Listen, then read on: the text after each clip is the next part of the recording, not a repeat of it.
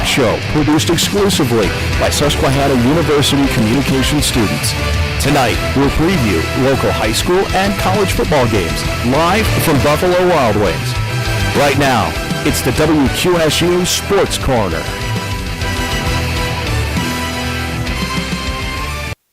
Welcome back for another week of PA Pigskin Preview live from Buffalo Wild Wings on 88.9 WQSU. I'm Brai Tate, and tonight I'm joined by Matt Kaufman. We have another awesome show for you tonight with Line Mountain High School head coach Brandon Carson, followed by Daily Item reporter Todd Hummel, then Susquehanna O-lineman Ethan Watkins, and ending our night with our roundtable discussion joined by Adam Rothschild. First, we start with head coach of the undefeated Eagles, Brandon Carson. Thank you for coming tonight. Thanks for having me. You are in your 10th season at head coach at Line Mountain. How have you seen this program change over the last 10 years, and how rewarding is it to you to see that growth? Yeah, it's we've had some up and down years. We're fortunate enough to right now have a great group of kids who have put in the work in the off season for the last 4 years. So it's always been the struggle is to get players to buy into what it really takes to win. So we've always had, I think, a decent amount of talent. But if the players don't truly buy into what it takes to win games, you're not, no matter how good of a coaching staff you have, you're not necessarily always going to win the games that the kids have the potential to win. How do you think you kind of get that buy-in mentality? I don't know how just keep preaching. Yeah. I mean, obviously there's kids as they come through the program are raised differently, and they have like the different levels of success coming up through, and so I think you need to find a group that is truly special and that buys in and wants to be great, or wants to have the success and then do something about it. And I think now that we have this senior class that has really done a great job for 4 years, I think it's going to build momentum, and kind of trickle down from class to class to class. And I have a son that's in 5th grade, and so I've seen the kids kind of. I have a son in 8th grade also, but I've seen the kids below my son's grades, and I've seen them in sports, and I know what kind of like competitors they are, and so I see a path for Line Mountain to really have a lot of success, for the next 10 years. So.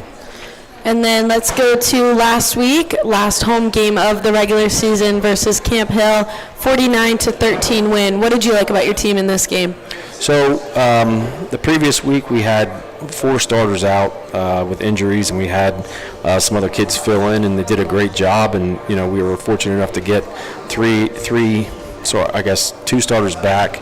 One kid that we potentially were going to also be missing was able to play. So we just executed really well. I think we had opportunity to kind of take an opponent for granted, or kind of like not play up to our potential and play down to their level, and we didn't do that. We came out and kind of played with a lot of fire and passion and executed really well. So I'm really proud of the kids we haven't really done that this year. We haven't come down and had that lull. We had a game that maybe was a little closer than it should have been, but we haven't had that kind of like trap game or whatever.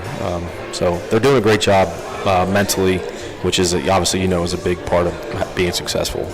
Speaking of injuries and close games, let's go back to week 6 against Steelton High Spire, the pretty much only close game so far, a 36-34 win. In that game, the two-way senior Max Johnson was injured, and last year Max broke his own school record for single-season sacks. What did your team learn from being in this game, this close game, and also dealing through those injuries? Yeah, that they have the potential, because they are a true team. It's not, it's not one person that is winning us games. Max plays a big role, in our success over the last 3 years or 4 years. But and he's a great player, but the collective unit is more important than a single player. So I think everybody knows that they have each other's backs, and sort of if we play fundamental and we play with a lot of heart, we can overcome a lot of obstacles. And we talked about youth football and everything. Let's talk about your quarterback. And you might have to help me with some of these names throughout the interview. Some of these names I'm not sure. But let's talk about your senior quarterback, Caden Maurer. Okay. Yep. Played a running back throughout youth football and everything. Took over as quarterback his freshman year. After that, won 3 games of his first 3 starts. Last year, set a school record for touchdown passes with 29. So far this year, a little over 1,600 yards passing, 24 passing touchdowns, and 463 rushing yards, 5 touchdowns. What have you seen with him, his development over these last couple of years, and what has he done good so far this year? He's a competitor. He's been anything I suggest for him to go to, any like quarterback camp or like extra thing that we have for him. He's always willing and wanting to go to those things. Obviously, he needs his parents' support for that stuff. And he is the hardest working kid in our weight room. Pound for pound, he's definitely the strongest kid on our team. And that's not me pushing him. That's not his parents pushing him. That's self-driven. So he wants to be successful, and he wants to have our team be successful, and so he's just pushing himself constantly to get stronger, to get better, and to understand kind of what I see as a head coach and as an offensive play caller. He wants to understand that stuff. So it's just his drive that really has allowed him to succeed. Your receivers, senior Dalton Shadle. Yep. Okay. Senior receiver Brai Smeltz, freshman Hank Malfara. Yes. See, I got it. So Dalton so far this year, 39 receptions for 722 yards, 9 touchdowns. Bryce, 21 receptions, 392 yards, and 6 touchdowns. And Hank, 22 receptions for 315 yards and 6 touchdowns. How do these 3 work together? And also, I know there's other receivers, but just kind of going through the max preps and the top receivers. How do you keep them balanced, and how do you have so many offensive weapons? It's really hard because we're having so many sort of blowout games, and I know if we want to reach our final goal, of playing in a state title, we're going to have to be balanced. We're not going to we can't be completely pass oriented. I don't think we can be totally run oriented, because teams are able to shut down a run game, or teams will be able to shut down a passing game, or the weather will prevent you from doing one or the other. So it's really important for us to be balanced, and so I'm constantly trying to balance the run game and the pass game, and then at the same time with 3 receivers like that, and we have all of our running backs can catch the ball out of the backfield. Before Max got hurt, he was playing some tailback, but he had 27 catches as a tight end last year. We got other kids that play tight end that can catch the ball. It's a real fine line, keeping everybody happy and also keeping a defense off guard or off balance. So it's difficult. You have the egos too, and obviously Dalton is very close to setting some school records for career and for single season, and so obviously he wants the ball as much as possible, but we have to also make sure that we're keeping other kids involved, and because they're weapons, they really are. So we just have to make sure we're kind of spreading the ball around. Getting into your run game, junior Caden Dunkelberger, 83 carries for 516 yards, 11 touchdowns. Senior Maxim Johnson. Yep. 61 carries for 371 yards and 8 touchdowns. How important has their balance been in your run game? Yeah, Max was our lead running back before he got injured there in the 6th game. Caden Dunkelberger has taken over sort of that role, and we anybody that listens, I've been telling all year about we have a number of kids that would be able to fill in that role if they were asked to be.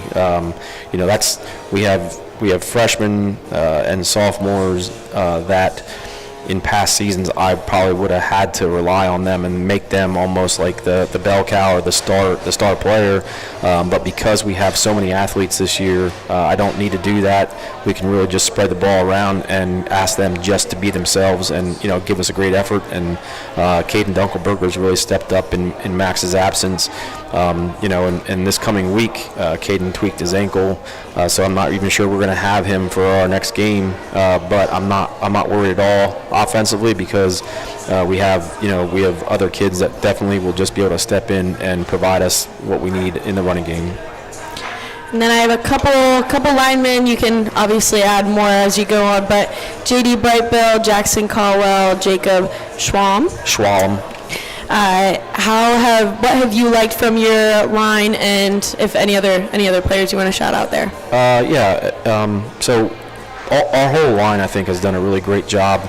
A few weeks ago, our starting center Evan Schaffner got hurt, and so we kind of had like an open competition in the middle of the season between a sophomore and a senior, John Geis, and John ended up kind of winning that battle and has been the center for us for our last 3 games and has done a fantastic job filling in. But our sophomore starting left guard is Tyson Smeltz, and he's Bryce's brother. But the 5, 6, 7 linemen that we have are all super competitive. They hold each other accountable. They get on each other when they miss blocks or when they miss an assignment or whatever. And so they have been pushing this team. And from the get-go, we told them that we're going to go as far as our offensive line and defensive line take us, and that's absolutely true. If I can have 6 dynamic kids in the backfield, but if we don't have anybody that does a good job blocking, we're not going to be able to get the ball to them. So our offensive line has done a fantastic job, and like I said, they just push each other every day, and they're leaders of our offense. Now let's transfer into defense. Defense has also been phenomenal. I did some math here. So opponents have scored 135 points across your 9 games, and that averages to 15 points a game. So I thought that was a pretty cool stat. Maxim Johnson, 30 tackles, 17 for loss, 4 sacks, 1 interception. Caden Dunkelberger, like we mentioned, 62 tackles, 15.5 for loss, 2 interceptions. Jackson Caldwell, 23 tackles, 9.5 for loss, 4.5 sacks. Cade Feger, 45 tackles, 6.5 for loss. Sophomore Luke Malfara. I know we already went over that one. Brother, yep. Right? Yep. 44 tackles, 2.5 for loss, 1 sack, 1 interception. So that freshman, sophomore Luke and Cade, how valuable has that been getting the younger players to get some playing time? Yeah, we tell our 8th graders as they're coming up, I don't care who you are. I don't care basically what grade you're in. If you deserve to play, you're going to play. And we're here to win games and to put the best product on the field. And if I can trust you to do your job and to give me 100% effort, it doesn't matter if you're a freshman or a senior. If you're going to help us win games, you're going to be on the field. So I think taking that attitude gives those kids an incentive and a drive to truly test me on what I'm saying, and they do. And we've in past years we've had to start some freshmen and some sophomores because we haven't had the depth maybe that we have this year. But these kids, these freshmen and sophomores that are playing, are just a fantastic part of our team. The seniors have done a great job of basically incorporating them into the team atmosphere and teaching them and kind of like, sometimes you have like senior versus freshman type stuff. These kids all like sort of have bought into the team concept. They go to team meals together, they hang out together.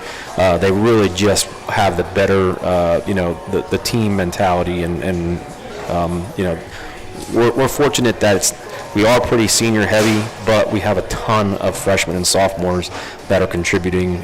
Even if they're not starters, they're getting a lot of time. So it's going to pay dividends down the road. I think that team mentality definitely feeds into the success, but what else have you liked from your defense, and how have they maintained this consistency? We see. I don't know if you, obviously with the stats you can see we don't have one guy like dominating the stat line.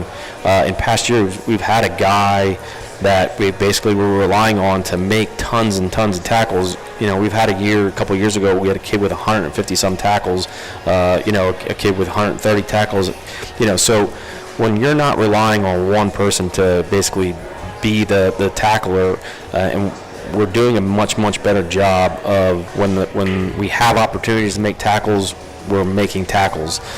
So the tackles are really spread out because, obviously we have kids in different positions, and we're not failing or we're not missing when we have the opportunity to make tackles. And so that's why I think, our stats aren't as great like individually as maybe past years, but as a unit, they are playing extremely well, very disciplined, and we made a much we put a lot more emphasis in the off season and coming up into the season on tackling and understanding angles and understanding like how to basically compress ball carrier space, and so we've done a much better job this year.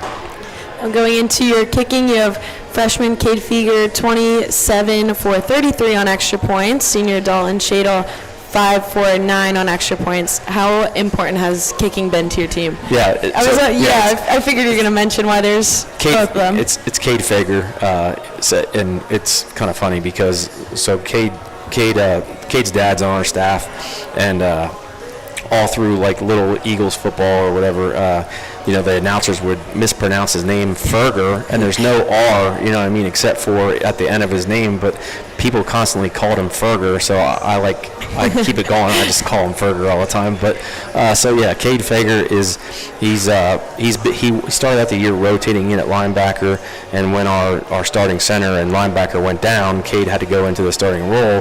So he's doing a great job as a freshman as an inside linebacker, which is one of the toughest positions on the defense.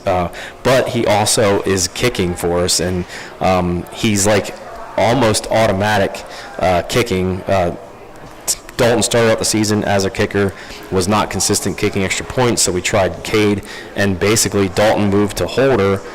Dalton got hurt, and all of a sudden Cade couldn't kick an extra point, but as soon as Dalton came back, he was exactly automatic again. So there's some sort of weird chemistry there between those two, but it's really, really great to put a kid out there and have full confidence that he's going to kick an extra point. One point can make a difference, obviously, in a game, and so it's always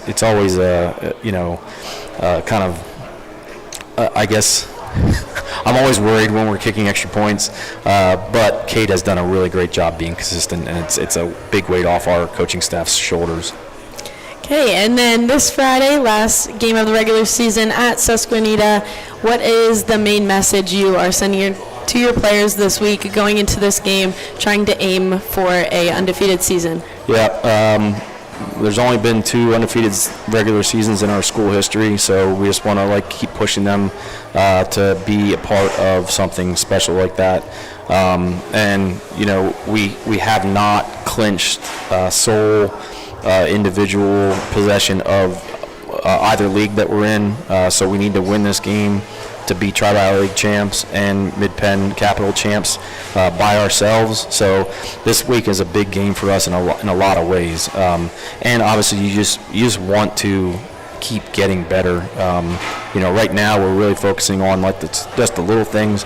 I think the kids probably think we're being pains in the butts or a little nitpicky, but we say, yeah, we know, but this is what it takes, and this is what it's going to take for you guys to get to your potential, and that's really what it's all about, is like trying to help them reach their potential. They might not see it, but we do, and we kind of just want to help them.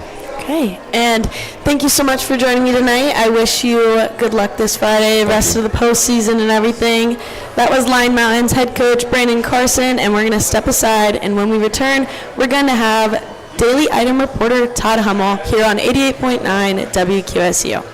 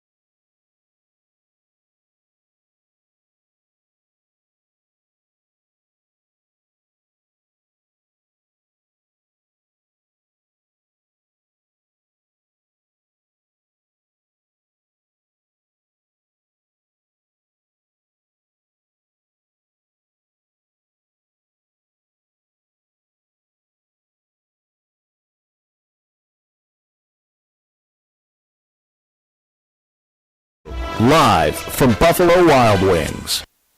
We are back on 88.9 WQSU for PA Pigskin Preview, hosted by myself, Brai, and Matt. We just had Line Mountain High School head coach Brandon Carson on, and now joining us is Daily Item reporter Todd Hummel for his picks for local high school football. How are you? Good. How are you guys? Did you enjoy your break? Yes. Did you? Yeah, pretty good break. Went quick. Yes, definitely. We only have Monday, Tuesday off. Well, as you get older and you go on vacation, it gets way quicker, guys. So Yeah, I believe enjoy it. So, like we just mentioned, we didn't have a show last week because of Susquehanna's fall break. So we're not giving our picks from last week or anything, because that's a little outdated in my opinion. We got to move on. So, but I did calculate your record. So you're 15-5. You're doing pretty good this year. Yeah, you just told everybody it was 5-0. But let's start off with where you were at last week and what game you covered last week. Oh, let me think. Oh, I was at Southern Columbia for Southern Columbia and Bloomsburg, which was 2-7-1 teams, but it did not go that way. Southern ended up winning 61-0. Their line dominated up front. That was pretty much the key to it.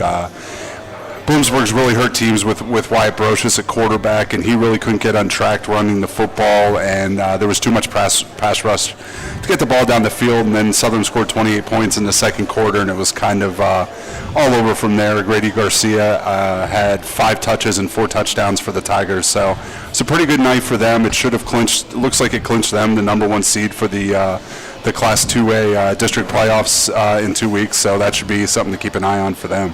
Okay, and let's get into this Friday's matchups. Let's start off with the Colbeck game, of course, Mount Carmel versus Shamokin. Yeah, Mount Carmel's been playing really well the last couple of weeks. I think they've scored over 40 points in each of the last 3 weeks. They're back over back to 5-4, and they've been playing real well lately. But I think Shamokin's probably, if not the best, one of the best teams in the area, and nobody's really stopped them from running the ball. And when Mount Carmel's run into some of these teams that have run the ball real well and have been real good, they've really struggled running the football. So I think Shamokin gets their second one in a row in the Co bucket, and it's their first consecutive wins, I think, since like 88 and 89 or 90 and 91, something like that. It's been a long time. So, and Shamokin's gearing up to make a playoff run. That they've already wrapped up the number 1 seed in Class 4A, and they should be home for the playoffs as well. Yeah, I remember last year's win was a big topic of conversation here on PA Pigskin Preview. Let's get into our Line Mountain game that we were just talking about, Line Mountain versus Susquehanna. Line Mountain's in a stretch of their schedule now after a Steelton game where they've been a pretty heavy favorite, and they should be a pretty heavy favorite this week against Susquehanna. The Blackhawks have one win, and that win is Camp Hill, who Line Mountain handled last week at home. So the Eagles should roll in this one, and they end up with a bye going into the playoffs next week, as they'll be the number 1 seed in Class A, and that's kind of looking like in 2 weeks it's going to be Line Mountain in Montgomery. It's going to be Montgomery and Muncie in a rematch next week in the first round of the Class A playoffs. First winner heads down to Herndon to play Line Mountain. Okay. The 2A matchup, Wellsboro versus North Penn Mansfield. Who do you like here? I think the first time we talked about North Penn Mansfield, they were 4-0 and heading into a game against Warrior Run, and it hasn't gone well for them right now. They're 4-5 right now. They've lost 5 straight.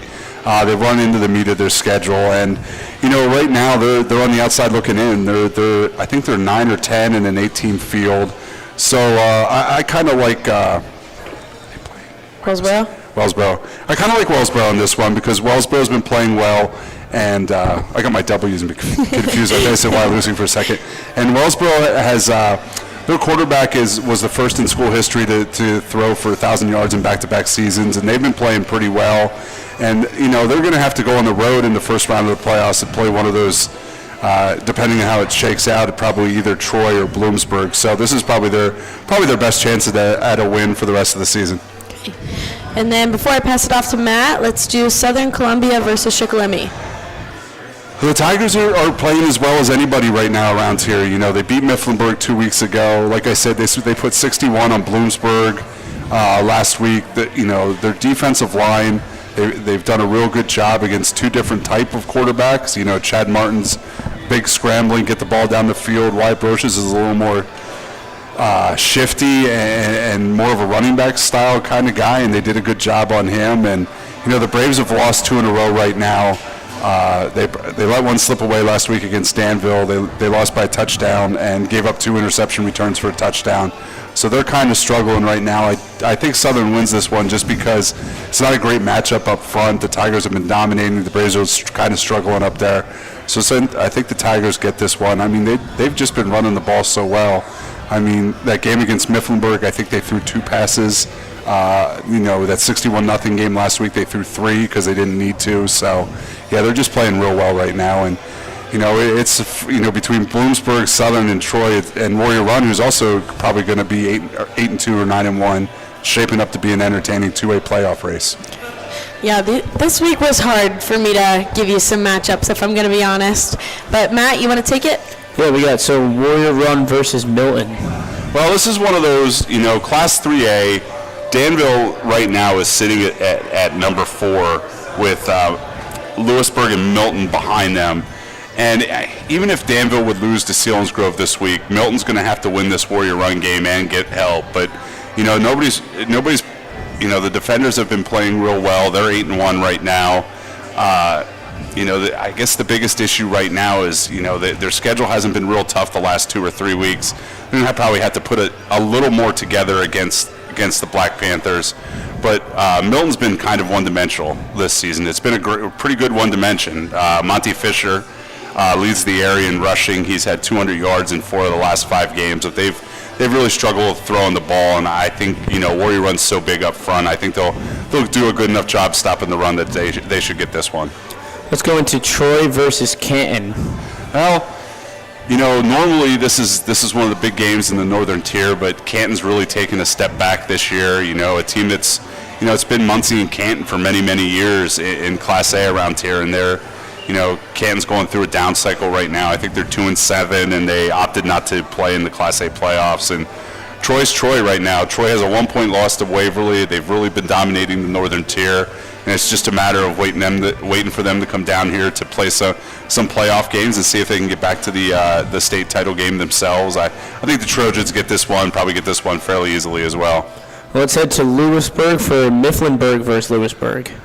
The Little Brown Jug game. This is a rivalry that is always, is always, it does. Sometimes stuff happens that you don't expect. I go back to a couple years ago where Lewisburg was probably favored over at Mifflinburg, and that Mifflinburg senior class kind of rallied and got a win, and Lewisburg did the same thing to Mifflinburg a couple years ago in the rain over at Christy Matthews Memorial Stadium. So that's kind of something to keep an eye on. But Mifflinburg's a pretty clear favorite in this one.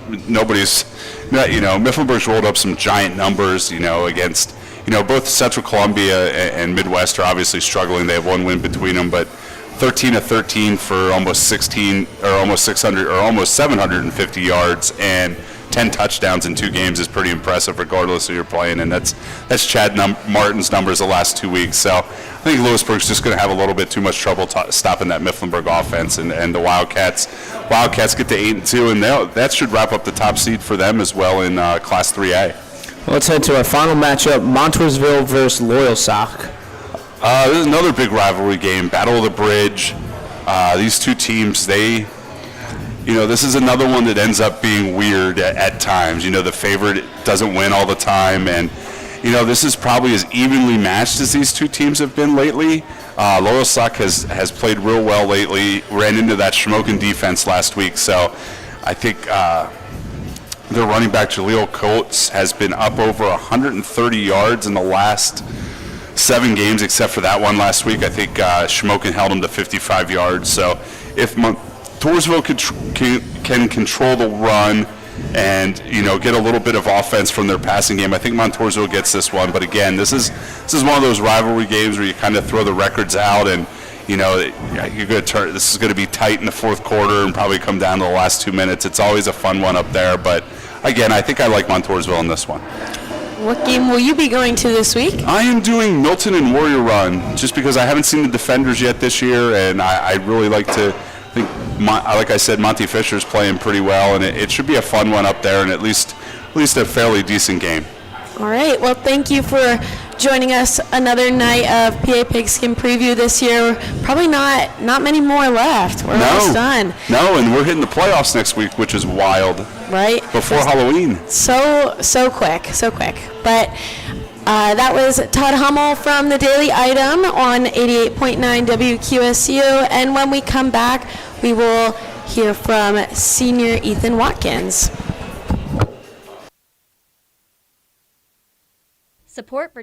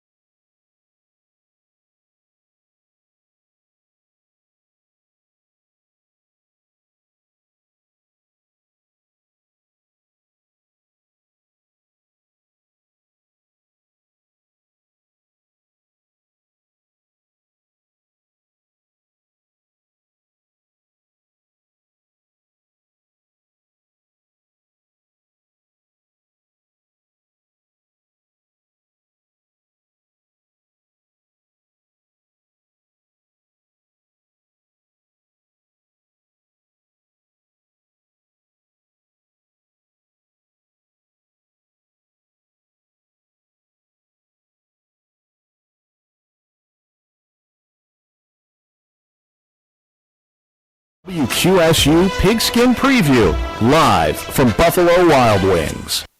Welcome back for another episode of PA Pigskin Preview with myself, Brai, and Matt. So far we had Line Mountain High School head coach Brandon Carson on, and then we just had daily item reporter Todd Hummel. And now, Matt, would you like to introduce your guest? Yes, offensive lineman, senior for the Susquehanna University Riverhawks football team, Ethan Watkins. Ethan, thank you so much for joining me. Yeah, thanks for having me. So let's kind of dig into your career now. You've been part of this Riverhawk program. You've seen the success that they've had. How would you describe your growth, both as a player but as a man on and off the field? Oh man, it started since freshman year. Coming in playing. I had a bunch of older guys above me. They gave me a lot of good advice. Growing up, not just like on the field. Obviously, that really helps a lot. But just in the classroom with navigating college. It's tough. But I had a lot of good older peers to help me along. But I think a lot of my growth comes from like in the weight room. I'm not being able to play pretty much until this year. But the weight room has got me ready for that, and shout out to Coach Matt for getting me there. So, now talk about getting your chance to play. What was that moment like for you, finding out that you're going to get the opportunity to play? You're going to get the opportunity to go out there on Saturdays and really hit the grind and show all that hard work that you've been putting in. Yeah, it was awesome. Coming out, I played a little bit at Union, pretty much about half the game. Then got my first start at Bridgewater, and been starting since. But yeah, it was awesome. Everything that I pretty much have been working for is like come true. It felt like it was for something. Not for nothing. But. Now, coming from New Oxford High, where you were team captain, all-county tackle, what lessons did you learn from high school heading into your experience here at Susquehanna, and how did that guide you to the player that you are today in your senior year now? Yeah, it's definitely translated a lot into my senior year here. There's only two senior linemen, me and my other friend Liam, but like being a leader has definitely like come up this year a lot. Is something that I've kind of like worked on throughout the year since camp. Unfortunately, we had a couple of linemen that have been great for us go down early in the season, but guys got to step up, and I think me stepping up the leader has been great for our line rooms. Now, one of the biggest things about especially football is the culture that the coaches bring, the team brings in. What would you say the culture is and how special it is with this offensive line group of how tight-knit you guys all are? Yeah, I think, we've been a family since I've came here. Like, we do pretty much everything together. We go out to eat together. And, we hang out together every Thursday night. We have a phone room at me and my friend's house. But, yeah, we just do pretty much everything together, and we're a really tight-knit group of guys. And that's been since my freshman year. We've always been hanging out. And I think, that translated to how well we work off each other when people go down and get injured. I think guys step up really well. Our center, Ligio, has been really good for us. So. Now, we talk about all the time of how the offensive line and the defensive line isn't as talked about as, the quarterback, the receivers, the defensive backs. But you guys are the ones that battle in the trenches. How do you physically stay and mentally stay on tap for those big games, especially late in the fourth quarter, sweat pouring down your face, and you got a big drive coming up, got to go down the field and score? Yeah, it's definitely difficult throughout, going back-to-back weeks, playing full games early in the season. But I think just staying in the training room and stretching constantly, after practice, getting in the ice bath, stuff like that. And then mentally, I think it's just preparing yourself. Coach Burke always says to prepare yourself for war. Like, you're ready to play. Like, we're ready to play as long as we need to, and also as little as we need to if we're up big. But I think, our practice definitely prepares us to play on Saturday. So. Now, we know communication is such a big part of the game, really on any side of the ball, wherever position you are. But for the offensive line and how good and how consistent they've been, how big is that communication factor, especially with the new guys who are stepping up because of injuries? Yeah, it's massive. That's the biggest part about playing our line is communicating, especially like with our offense. Guys go down. Our center, Josh Hill, went down. He was great at communicating, and Ligio stepped just right up in his spot, and he kind of like demands the whole offense, and we kind of just go off him. So shout out to him for stepping up. Now, there's been a standard here at Susquehanna the last few years, and it's a winning culture. It's a winning football team. We know what happened last year. It gets to the semifinals. How do you continue that standard every year in, year out, game in, game out, practice in, practice out?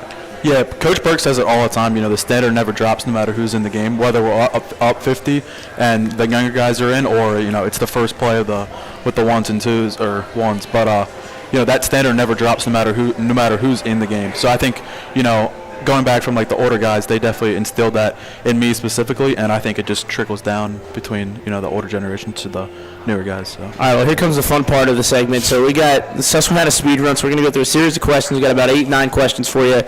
Quick answer, quick question. You ready? Mm-hmm. Yeah. All right. What's your favorite part about playing the offensive line? Probably just see my running backs have success. That's the biggest thing, and quarterbacks. But it feels better, to like block a good, have a good block, and you see Rashawn or Sertz or whoever is in just hit the hole, and you're like, yeah, that was good. If you had to describe the offensive line in one word, what would that word be? Oh, grit, for sure. There's a lot of injuries on the O-line, but I think guys have stepped well up, and they're preparing well for the game. So. Who's the funniest guy on the offensive line this year? Funniest guy? It's definitely not me. I'll go Kyle Gallagher, or right tackle. Yeah. Your go-to pregame meal or postgame meal?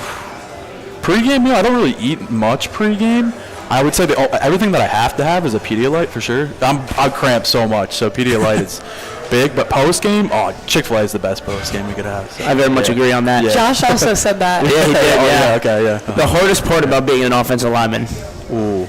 Just staying healthy. That's the hardest thing. As you can tell, like from our offensive line room, like it's really physical, and going back to back weeks, and trying to stay healthy is definitely the hardest thing. What would you say is tougher, a 6 a.m. lift or an overall defensive goal line stand? What you said? What's harder? Yeah. 6 a.m. lift, probably. Your favorite memory in a Riverhawk uniform?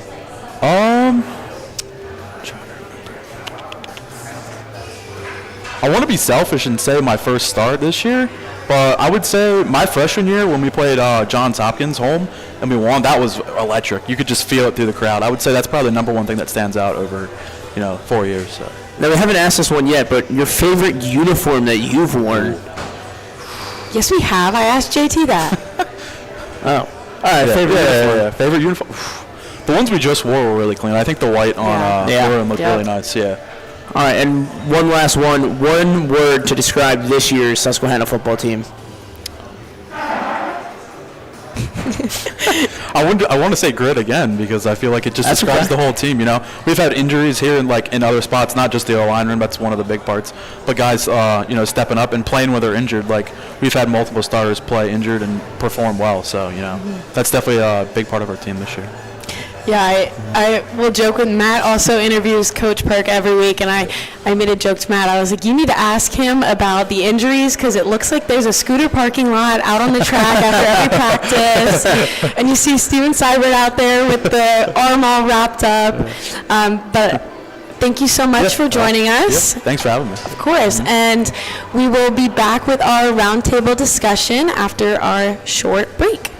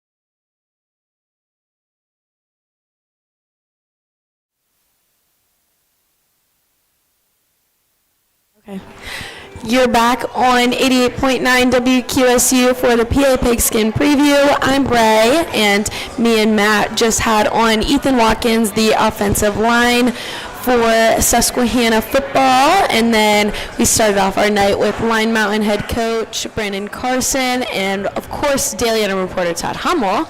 But now we are in our round table with Adam Rothschild, and we're going to start off with Penn State, and we have a lot to talk about because, again, we did not have a show last week. So let's just get right into it. James Franklin fired Terry Smith in.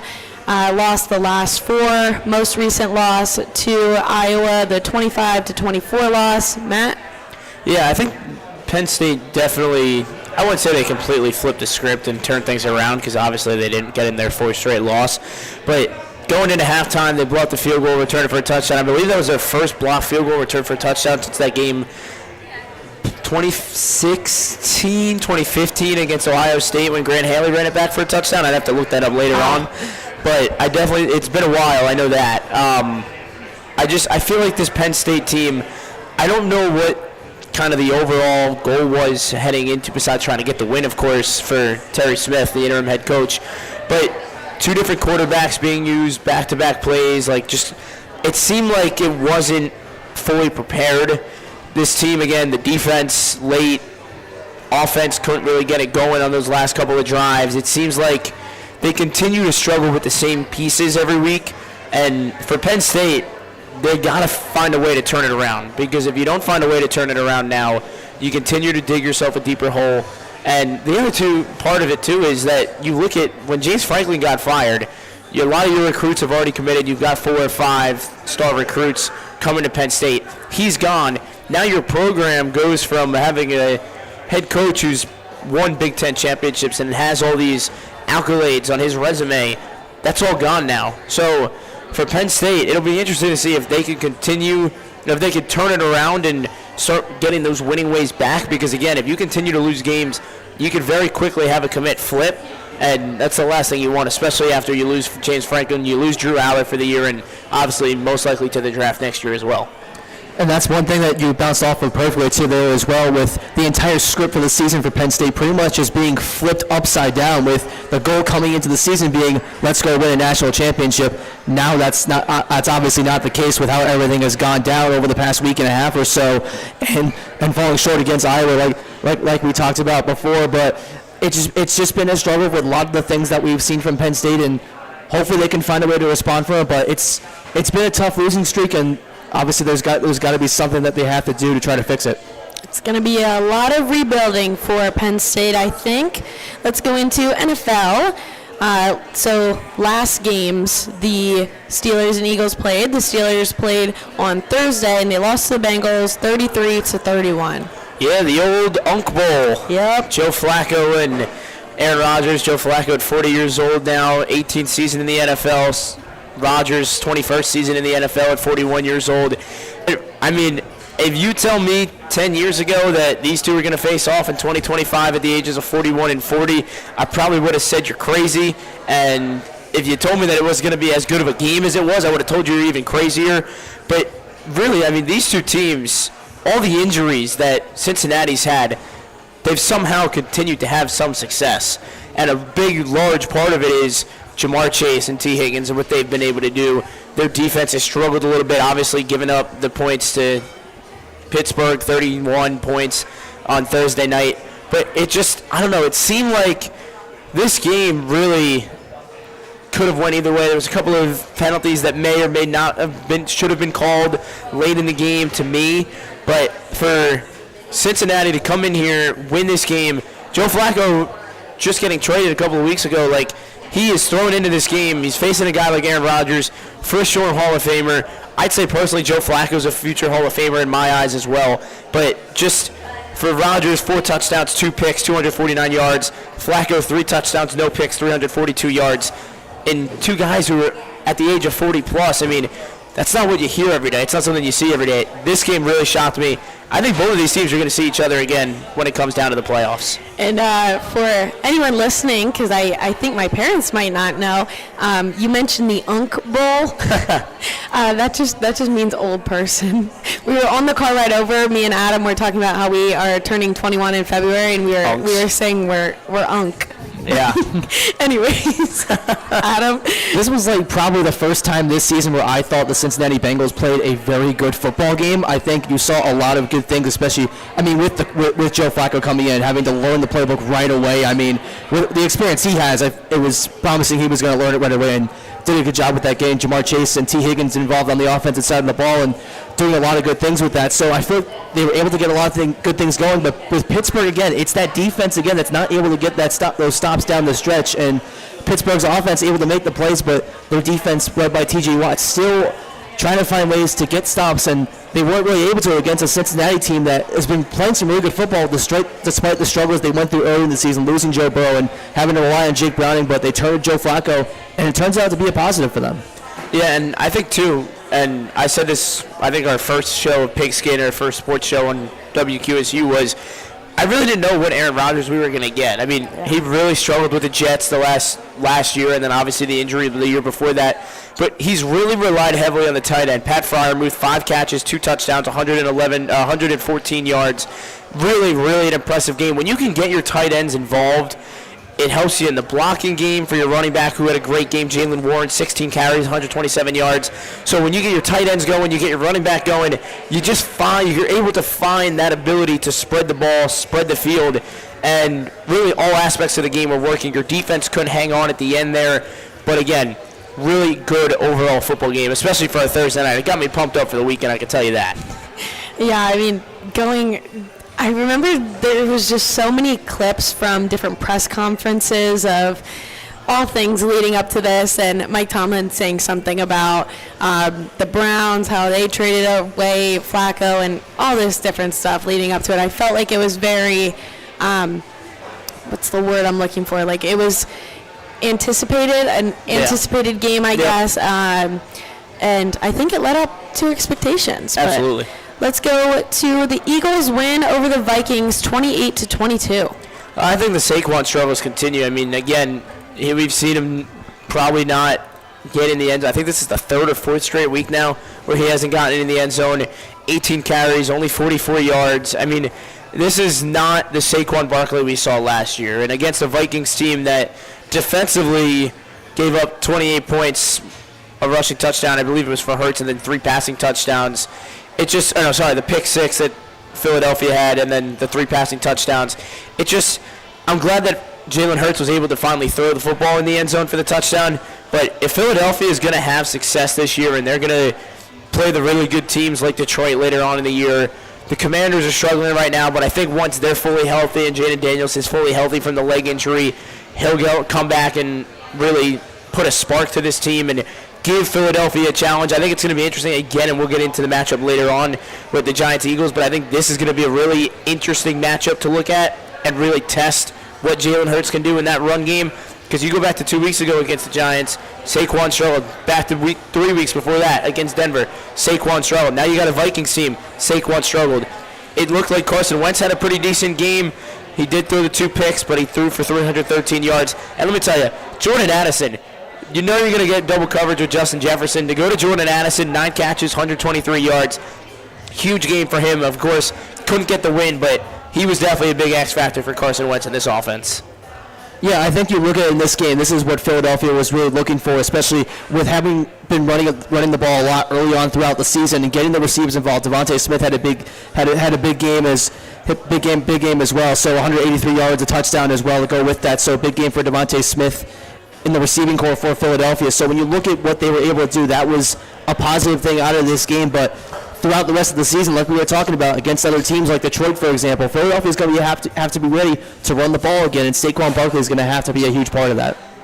Okay, and then last night, Monday Night Football doubleheader, pretty late Texans-Seahawks game, but we'll start with the Tampa Bay 9, Detroit 24. I'm not going to lie, before we get into that matchup, I don't like these doubleheader Monday night. Yeah. I'd like to know all right, we got one game. I'm going to sit on the couch. I'm going to watch this game. I was up till like 1:30, almost 2 o'clock last night watching the Seahawks-Texans game. That's when I woke up. And this game just, I don't know, it seemed like this Lions-Bucks game, I was hoping it'd be a little bit more of a competitive football game. Baker Mayfield, to me, has been playing like an MVP this year, all year. Jared Goff's done the same. But Jahmyr Gibbs is the MVP of this game. I mean, a phenomenal game on the ground. 17 carries, 136 yards. But he's just having a career year. He's having a phenomenal year. He's at like 540-something rushing yards already. And we're only halfway at the season mark right now. I expect him to probably break 1,000 quite easily again this year. But this Lions team, they're for real. I think the Buccaneers just couldn't get it going. Mike Evans is going to be out now for the whole season, concussion and shoulder injury, so that's a big piece. But they're glad to get Ibuka back. He was a little bit on a pitch count, it seemed like, against Detroit. Once he's fully healthy, I feel like this offense will get back going in the way they used to be.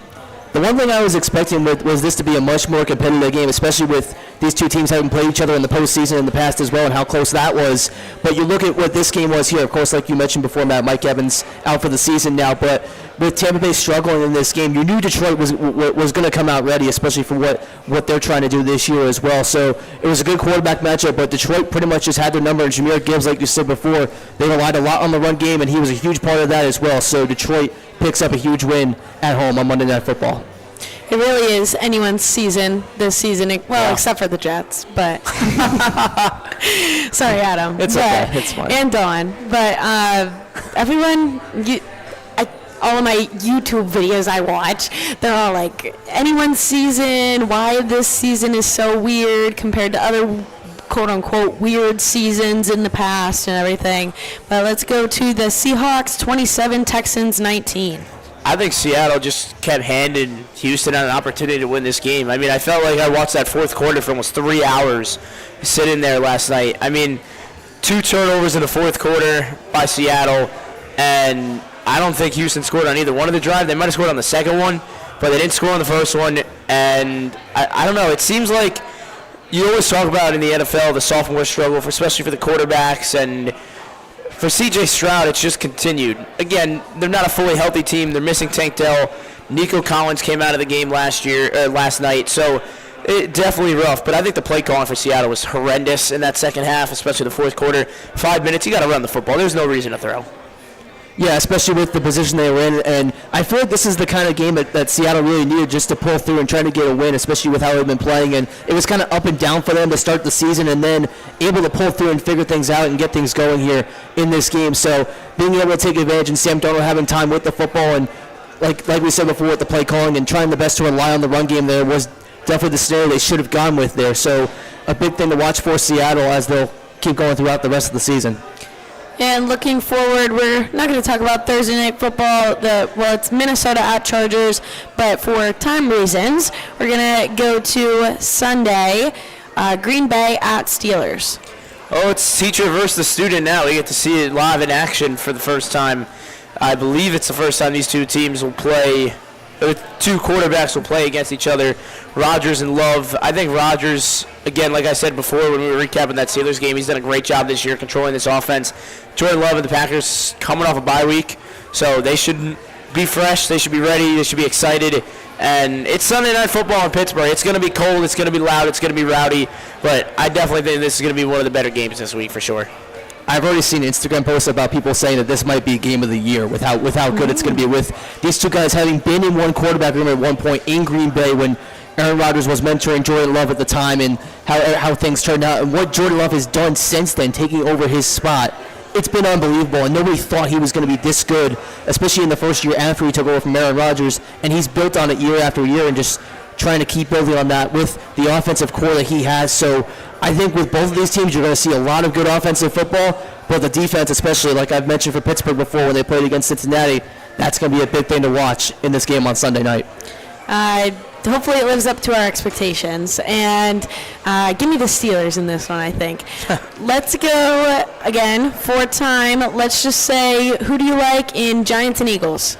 I think the Giants actually bounce back defensively. I think it's a much different aspect of what we saw in that Denver game. There's frustration. They're pretty upset. I think they get on top, and I think Jackson Darts has another one of those kind of games where he shows why he should be the quarterback.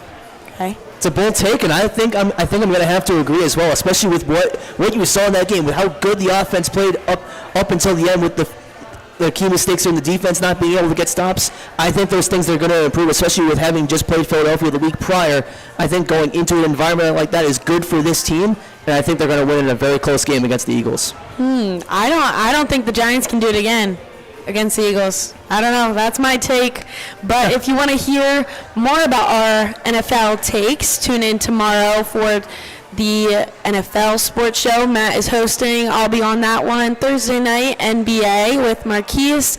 So thank you for listening to PA Pigskin Preview. We had Line Mountain head coach Carson, Daily Item reporter Todd Hummel, and senior offensive lineman Ethan Watkins. And we ended our night with our roundtable. Thank you so much for listening. I'm Brai with Matt and Adam.